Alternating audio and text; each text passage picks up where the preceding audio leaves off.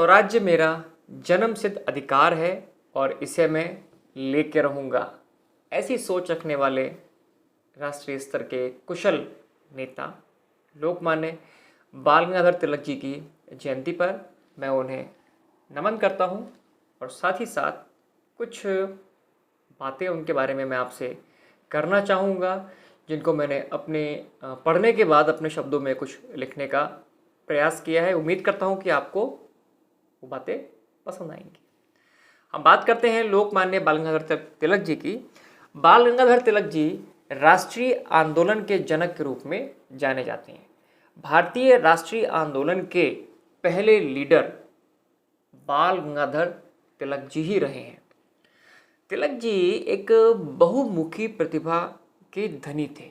वह शिक्षक, वकील, एक सामाजिक कार्यकर्ता और एक राष्ट्रीय स्तर के नेता थे। उन्हें संस्कृत, इतिहास, खगोल शास्त्र और गणित में एक विशेष महारत हासिल थी।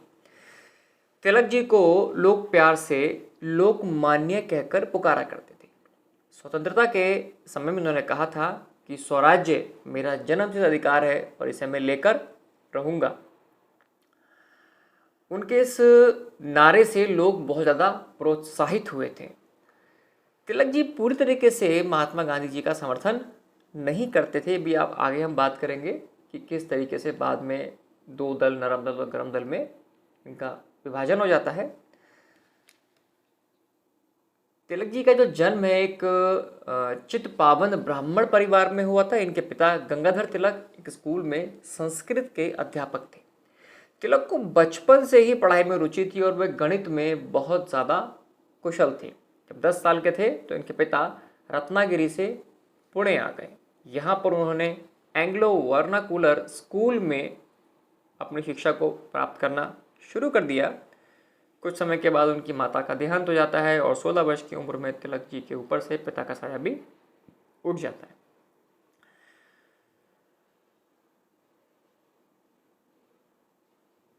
नाइनटीन 1977 में बीए की डिग्री उन्होंने फर्स्ट क्लास में पास की।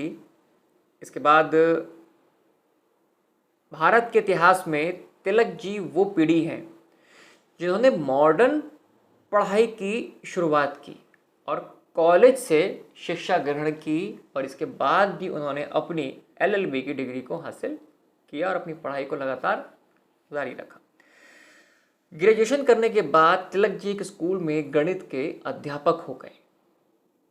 कुछ समय के बाद वो स्कूल छोड़कर पत्रकार बन गए और इस समय तिलक जी देश में चल रही गतिविधियों से बहुत आहत थे। वे इसके लिए बड़े रूप में आवाज़ उठाना चाहते थे और तिलक जी पश्चिमी शिक्षा पद्धति के बड़े आलोचक थे। उनका मानना था इसके द्वारा भारतीय विद्यार्थियों को नीचा दिखाने का प्रयास किया जा रहा है, जो अंग्रेज़ों का प्रमुख काम था कि भारतीयों को, भारतीय संस्कृति को और भारतीय विद्यार्थी हैं चाहे कोई भी, इनको जितना हो सके हम नीचा दिखाएं। तो उन्होंने स्पष्ट कहा था कि इस तरीके से भारतीय विद्यार्थियों को नीचा दिखाया जाता है और भारतीय संस्कृति को गलत ढंग से प्रस्तुत किया जाता है। कुछ सोच विचार के बाद वे इस नतीजे पर पहुंचे कि यदि एक अच्छा नागरिक तभी बना जा सकता है जब एक अच्छी शिक्षा प्राप्त हो। भारत में शिक्षा को सुधारने के लिए उन्होंने अपने कुछ मित्रों के साथ मिलकर डेक्कन सोसाइटी बनाई और कुछ समय के बाद 2 समाचार पत्र उन्होंने प्रकाशित किए। केसरी जो मराठी भाषा में था और दूसरा था महत्ता जो अंग्रेजी भाषा में था, और ये दोनों समाचार पत्र साप्ताहिक थे। कुछ ही समय में इन समाचार पत्रों ने बहुत ही ज़्यादा लोकप्रियता हासिल कर ली। अपने इन समाचार पत्रों में वह भारत दुर्दशा के बारे में अधिक लिखा करते थे। वह लोगों को कष्टों का और वास्तविक घटनाओं की तस्वीरों को इसमें छापते थे। गंगाधर जी यह सब कहा करते थे कि अपने हक के लिए सामने आकर लड़ो, अपनी बात को कहना सीखो। तिलक जी भारतीयों को उकसाने के लिए उग्र भाषा का उपयोग भी किया करते थे। अंग्रेज़ों के खिलाफ आवाज़ उठाने के लिए तिलक जी ने 1890 में भारतीय राष्ट्रीय कांग्रेस को ज्वाइन किया।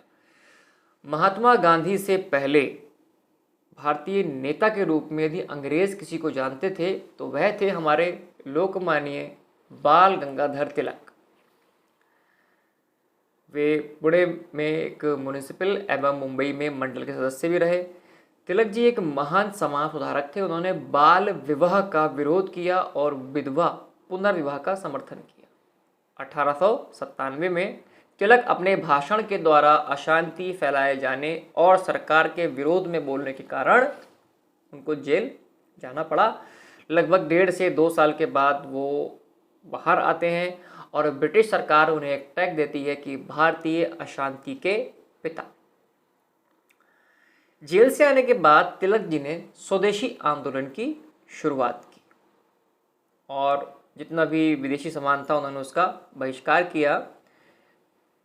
कांग्रेस पार्टी को उन्होंने ज्वाइन कर लिया था और कुछ समय के बाद हुआ क्या कि आपस में कुछ लोगों में मतभेद हो जाते हैं और कांग्रेस पार्टी जो है, भारतीय राष्ट्रीय कांग्रेस, वो 2 गुटों में, नरम और गरम, इस तरीके से 2 दलों में वो बट जाती है।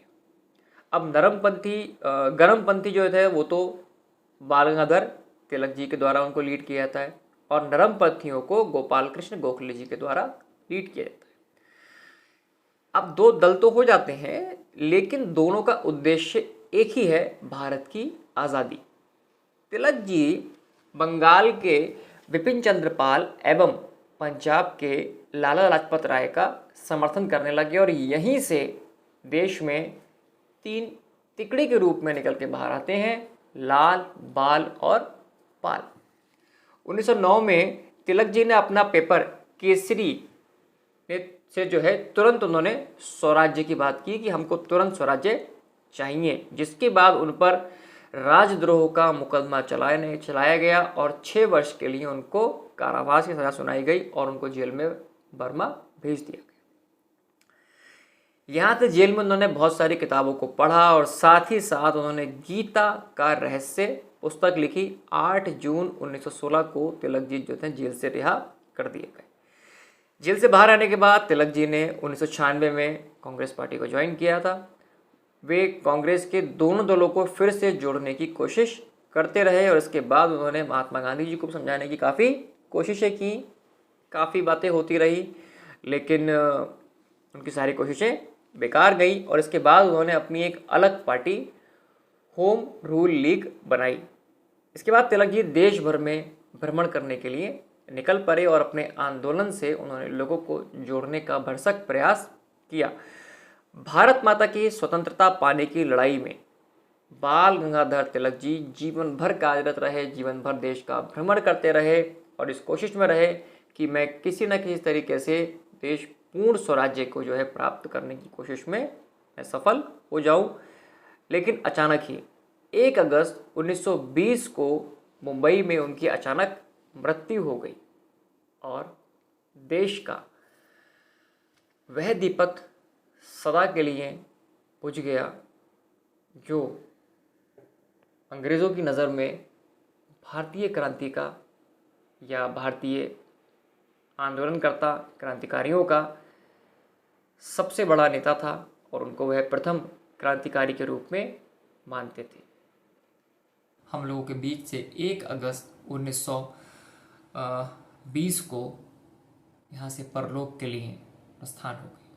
तो ये था तिलक जी का एक वो छोटा सा जीवन जिसको पढ़ के मैं उनसे काफ़ी प्रभावित रहा हूँ और उनके कई सारे विचारों को मैं अपने जीवन में कोशिश करता हूँ कि उस पर चलने का प्रयास करूँ। बाकी आपको मेरे द्वारा कही गई कहानी को उसको मैंने अपने शब्दों में कहने का कोशिश की है। मैं समझता हूँ कि कुछ बेहतर लगी होगी और यदि आप इसके बारे में मुझसे कुछ भी कहना चाहें तो आपका बहुत बहुत स्वागत है। आपने मुझे सुना उसके लिए बहुत बहुत धन्यवाद। नमस्कार, प्रणाम।